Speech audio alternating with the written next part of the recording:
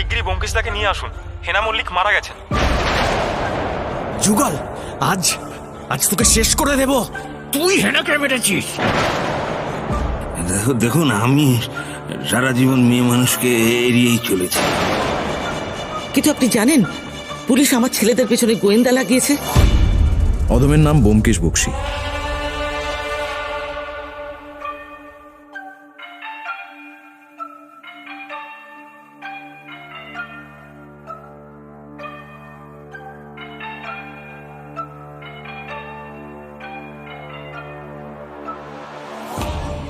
বাংলা সাহিত্যের রোমাঞ্চকর কিছু গল্প দিয়ে সাজানো আমাদের এই বিশেষ নিবেদন সানডে সাসপেন্স। আজ আপনার জন্য শরদিন্দু বন্দ্যোপাধ্যায়ের ব্যোমকেশ কাহিনী মগ্ন মৈনাক।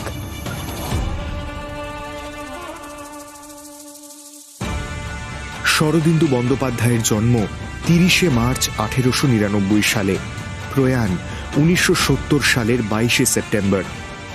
ব্যোমকেশ বক্সীর কাহিনী ছাড়াও তিনি লিখেছেন অজস্র ছোট গল্প, ঐতিহাসিক উপন্যাস ও চিত্রনাট্য। পাঠকদের সুবিধের জন্য সত্যান্বেষীকেই ব্যোমকেশ সিরিজের প্রথম গল্প হিসেবে ধরা হয়। গল্প উপন্যাস মিলিয়ে ব্যোমকেশকে নিয়ে তিনি মোট ৩২টি কাহিনী রচনা করেন। আজকের গল্প মগ্ন মৈনাক রচিত হয় ২৮শে ফেব্রুয়ারি ১৯৬৩ সালে। শুরু হচ্ছে মগ্ন মৈনাক।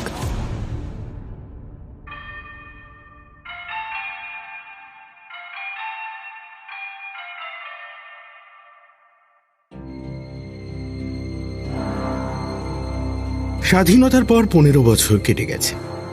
সনাতন ভারতীয় আইন মতে স্বাধীনতা দেবী সাবালিকা হয়েছেন। সত্য থেকে পালাবার বদলে তার মুখোমুখি হওয়ার ক্ষমতা জন্মেছে। সুতরাং এখন এই গল্প বলা যেতেই পারে। নেংটি দত্ত নামের এক ডেঁপো ছেলের কথা দিয়েই এই গল্প শুরু করছি, কারণ সে না থাকলে এই ঘটনার সাথে আমাদের যোগাযোগ হতো না। নেংটি একরকম জোর করেই আমাদের বাড়ি এসে ব্যোমকেশের সঙ্গে আলাপ জমিয়েছিল। অত্যন্ত চনমনে প্রকৃতির ছেলে, মুখে খই ফুটছে। বয়স ওই ১৭ কি ১৮ হবে, কিন্তু রোগা পটকা বলে আরো কম মনে হয়।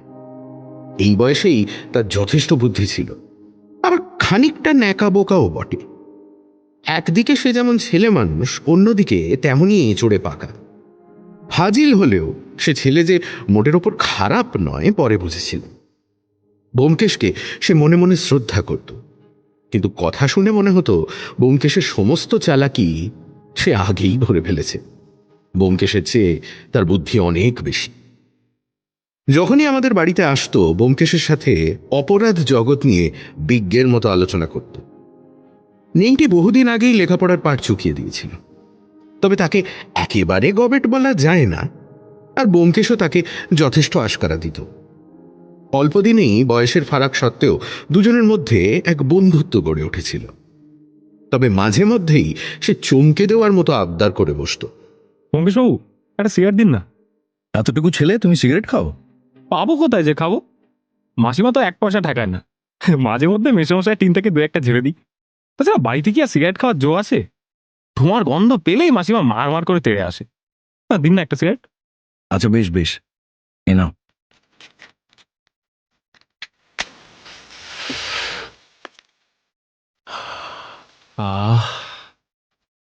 আরামে সিগারেটখানা টেনে সেদিনের মতো সে বাড়ির পথ ধরল।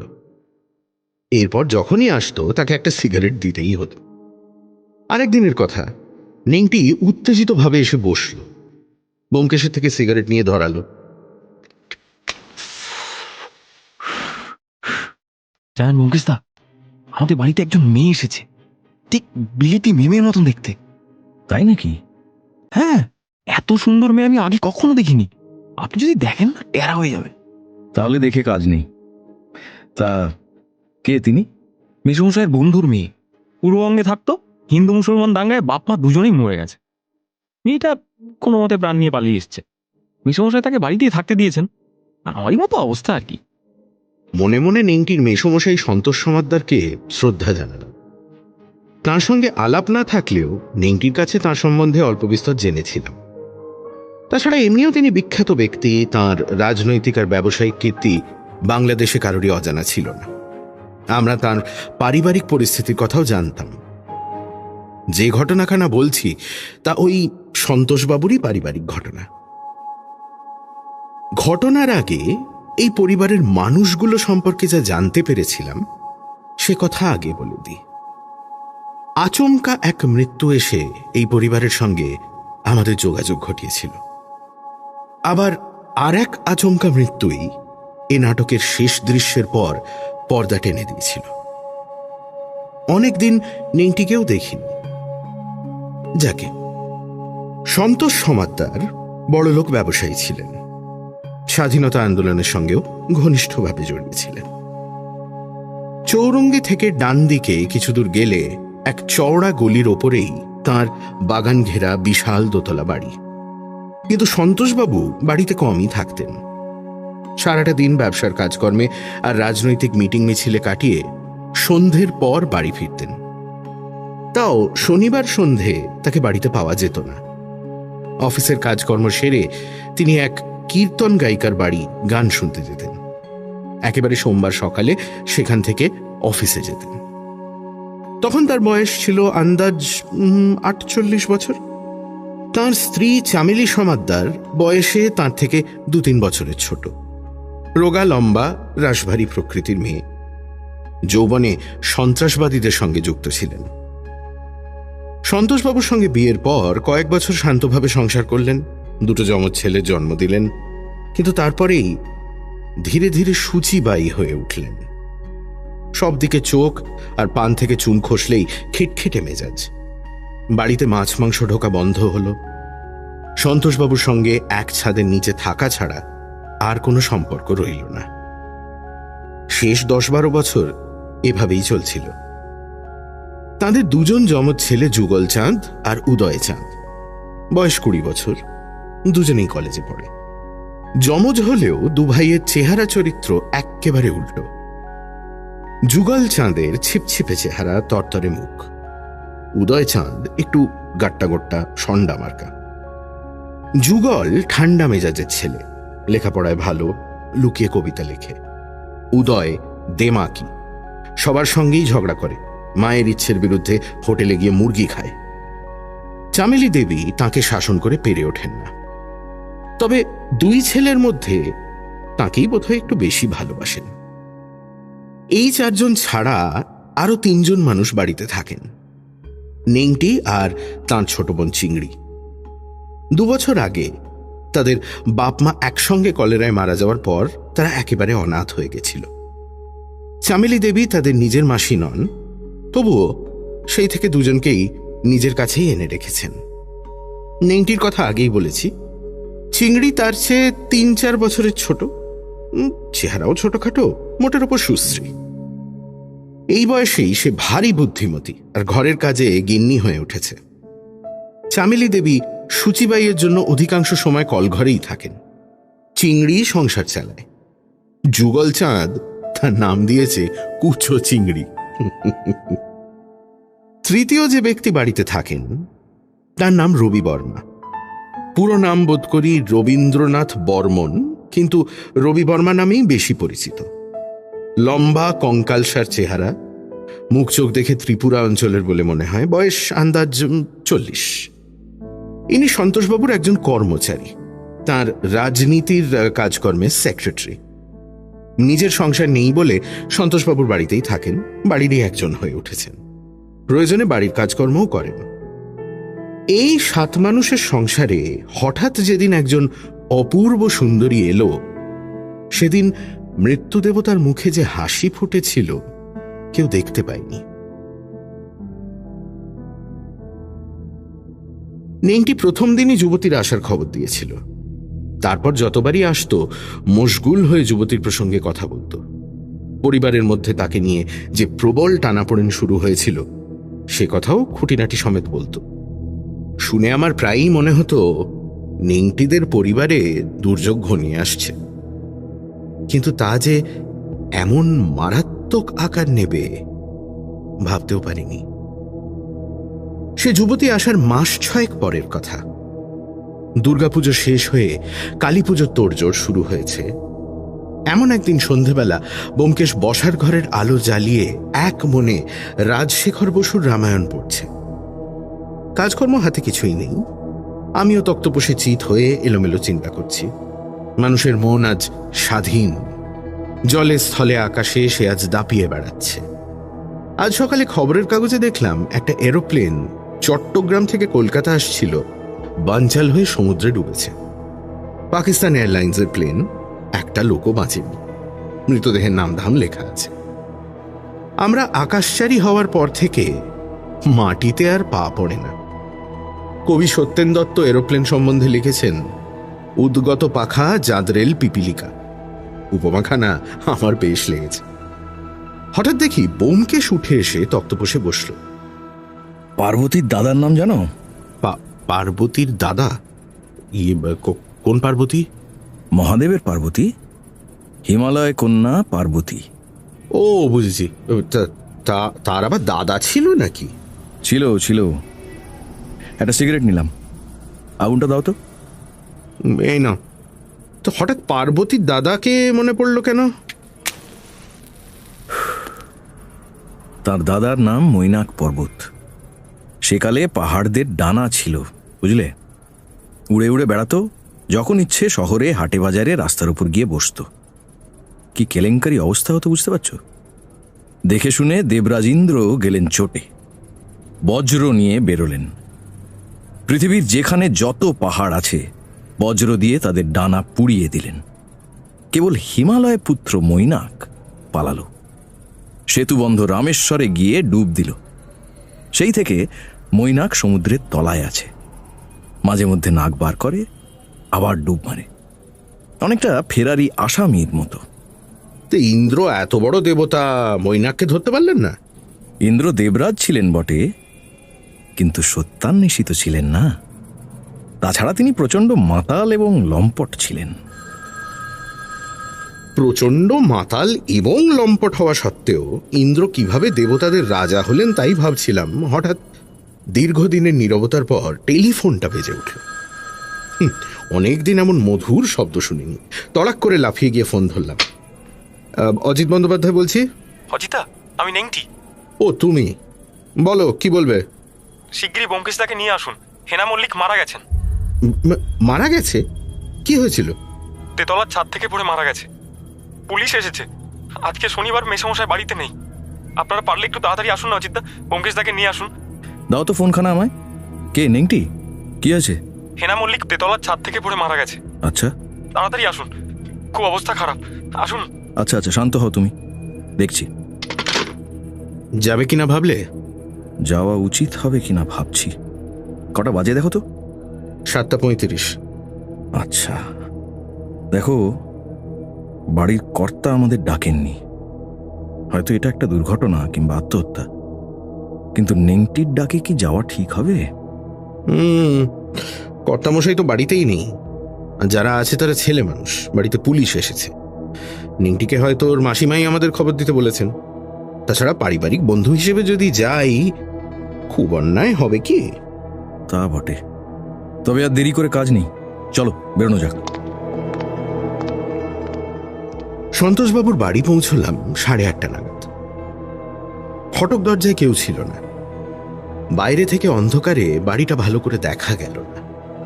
কেবল বাইরের দিকে দেওয়ালের গায়ে বাঁশ দিয়ে ভাড়া বাঁধা রয়েছে চোখে পড়ল। বোধহয় কালী পুজোর আগে মেরামত আর চুনকামের কাজ চলছে। বাড়িতে ঢুকতেই বড় একটা সাজানো হলঘর পড়ল। মাথার ওপর 4-5খানা জোরালো ইলেকট্রিক আলো ঘরটাকে দিনের মতো ঝকঝকে করে তুলেছে। ঘরের মাঝামাঝি একটা নিচু গোল টেবিল, তাকে ঘিরে কয়েকটা চেয়ার এবং সোফা। আমরা ঘরে ঢুকেই দেখলাম সেখানে 8-10 জন লোক, যাদের মধ্যে অধিকাংশই উর্দিধারী পুলিশ। আমরা যে ঢুকেছি কেউ খেয়ালই করেনি। একজন ইন্সপেক্টর টেবিলে ঝুঁকে ডায়েরিতে কিছু একটা লিখছিলেন। বাকিরা টেবিল ঘিরে দাঁড়িয়েছিল। সবাই ইন্সপেক্টরের দিকেই তাকিয়ে। চারদিকে চোখ বুলিয়ে দেখলাম পুলিশের লোক বাদ দিলে আরো 4 জন সেখানে আছে। তাদের মধ্যে নেংটিকেই শুধুমাত্র চিনি। মঙ্গলীয় মুখের ধাঁচ দেখে সেক্রেটারি রবি বর্মাকেও সহজেই আন্দাজ করতে পারলাম। বাকি দুজন অল্পবয়স্ক যুবক, অর্থাৎ তারাই যুগল চাঁদ ও উদয় চাঁদ। দুজনের মুখেই জবুথবু ভাব, খুবই চমকে গেছে। এখনো প্রতিক্রিয়া আরম্ভ হয়নি। আমরা ঢুকে দরজার কাছেই দাঁড়িয়েছিলাম। ব্যোমকেশ তখনও ঘরে চোখ বুলিয়ে যাচ্ছে। ঘরের বাঁ দিক প্রায় আসবাব শূন্য, কেবল দূরের কোণে তেপায়া টেবিলের ওপর টেলিফোন, মাঝখানে টেবিল আর লোকজন। ডান দিকে সাদা কাপড় ঢাকা একজন মেঝে পড়ে আছে, তার পাশেই দোতলায় ওঠা সিঁড়ি। সিঁড়ির প্রথম ধাপে দুজন স্ত্রীলোক ঘেঁষাঘেঁষি করে বসে আছেন, একজন চামেলি দেবী, অন্যজন চিংড়ি। তারা কেউই মৃতের দিকে একবারের জন্য ফিরে তাকাচ্ছেন না, এক দৃষ্টিতে ঘরের মাঝখানে জড়ো হওয়া লোকগুলোর দিকে তাকিয়ে। ব্যোমকেশ এবার একেবারে টেবিলের সামনে ইন্সপেক্টরের মুখোমুখি গিয়ে দাঁড়ালো। আরে এ কে রে? কি সর্বনাশ! আরে ব্যোমকেশ যে, তুমি কোত্থেকে? অজিত, এই দেখো আমার ক্লাসমেট অতুল কৃষ্ণ রায়। কলেজে একসাথে পড়তাম। আমার কাছে তো শুধু গল্পই শুনেছ, এবার চাক্ষুষ করে নাও। আর এ হচ্ছে আমার বন্ধু অজিত, লেখালেখি করে। তো ব্যাপার কি? শুনলাম একটা মেয়ের মৃত্যু হয়েছে। হ্যাঁ, এসো এদিকে, তোমায় তাহলে বলি ব্যাপারটা। আমি তো এখন এই এলাকাতেই আছি। সন্ধে ওই 7:10 নাগাদ থানায় টেলিফোন এলো, সন্তোষবাবুর বাড়িতে একটা অপঘাতে মৃত্যু হয়েছে। ফোন করেছিলেন সেক্রেটারি রবি বর্মা। আর কি, লোকজন নিয়ে শটান চলে এলাম এখানে। বাড়ির সামনের দিকে তো ভাড়া বাঁধা, দেখেছ নিশ্চয়ই? হ্যাঁ, দেখলাম আসার সময়। বাড়ির পশ্চিমে, মানে ভাড়া যেদিকে বাঁধা, তার উল্টো দিকে বাড়ির ঠিক ভিতের কাছে মৃতার দেহ পাওয়া গেছে। ডাক্তার সঙ্গেই এনেছিলাম। পরীক্ষা করে বললেন অতখানি উঁচু থেকে পড়ে যাওয়ার জন্য ঘাড়ের কশেরু ভেঙে মারা গেছে। মৃত্যুর সঠিক সময় পরীক্ষার ঘণ্টাখানেক আগে, অর্থাৎ ওই 6:30 নাগাদ হবে। 3 তলার ছাদে গিয়েও দেখলাম ছাদ খোলা, মাঝখানে একটা মাদুরের আসন পাতা আছে, আর পাশে একজোড়া মেয়েদের চপ্পল রাখা। খবর নিয়ে জানতে পারলাম মেয়েটা প্রতিদিনই নাকি সূর্য ডোবার সময় একবার করে ছাদে গিয়ে বসতো। সন্দেহের জায়গা ছিল না, আজও সে সময়ই ছাদে গিয়েছিল, আর ছাদ থেকে পড়েই মরেছে। কিন্তু ব্যোমকেশ, তোমায় খবর দিল কে? ওই যে ওই ছেলেটা, ওর নাম নেংটি দত্ত। ও আমার কাছে মাঝে মধ্যেই যায়, বোধহয় ঘাবড়ে গিয়েই আমায় ফোন করেছিল। তা তুমি এখন কি করতে চাও? কি আর করব, নেহাত পারিবারিক বন্ধু হিসেবেই এসেছি, সত্যান্বেষী হিসেবে নয়। তোমার কি মনে হচ্ছে অপঘাত? অ্যাক্সিডেন্টই মনে হচ্ছে, তবে কিছুই বলা যায় না। বাড়ির সবার জবানবন্দি নিয়েছ? হ্যাঁ, কিন্তু বাড়ির কর্তাকে এখনো পাইনি। তিনি যে কোথায় কেউই বলতে পারছে না। শুনলাম উইকেন্ডে নাকি তিনি বাড়ি থাকেন না। জবানবন্দির নকল তৈরি হলে এক কপি দেবে? দেব, কাল বিকেলে পাবে। লাশ দেখতে চাও? দেখতে পারি, ক্ষতি কি? যেখানে চাদর ঢাকা মৃতদেহ পড়েছিল, একে রে আমাদের সেখানে নিয়ে গেলেন। চাদরের খুঁট ধরে চাদর সরাতেই জোরালো আলোর নিচে মৃতা হেনা মল্লিককে প্রথম এবং শেষবারের জন্য দেখলাম। সে রূপসী ছিল বটে, নেংটি বানিয়ে বলেন। গায়ের রং দুধে আলতা, চুল যেমন ঘন তেমনই কালো, অগোছালো হয়ে মুখের আশেপাশে ছড়িয়ে তাকে যেন আরো মায়াবী করে তুলেছে। ভুরু দুটো যেন তুলি দিয়ে আঁকা, চোখ অর্ধেক নামানো, বাকি অর্ধেকটুকুর মধ্যে গাঢ় নীল তারা উঁকি মারছে, ভরা যৌবনের হাতছানি যেন। মৃত্যু এসে শুধু তার প্রাণটুকুই কেড়ে নিয়েছে, দেহের কোথাও কোনো আঘাতের চিহ্ন রেখে যায়নি, যৌবনের তিল মাত্র চুরি করতে পারেনি। এ দেহ দিন দুয়েকের মধ্যেই পুড়ে ছাই হয়ে যাবে ভাবলেও কষ্ট হয়। আমরা মন্ত্রমুগ্ধের মতো হেনা মল্লিককে দেখছি, হঠাৎ পেছন থেকে একটা শব্দ শুনে ঘাড় ঘোরালাম। যুগল ও উদয় আমাদের পেছনে এসে দাঁড়িয়েছে। যুগল, আজ আজ তোকে শেষ করে দেব। তুই হেনাকে মেরেছিস। আমি আমি আমি হেনাকে মেরেছি? মিথ্যেবাদী, তুই মেরেছিস হেনাকে। দেখবি দেখবি তোর কি করি, দেখবি তবে রে।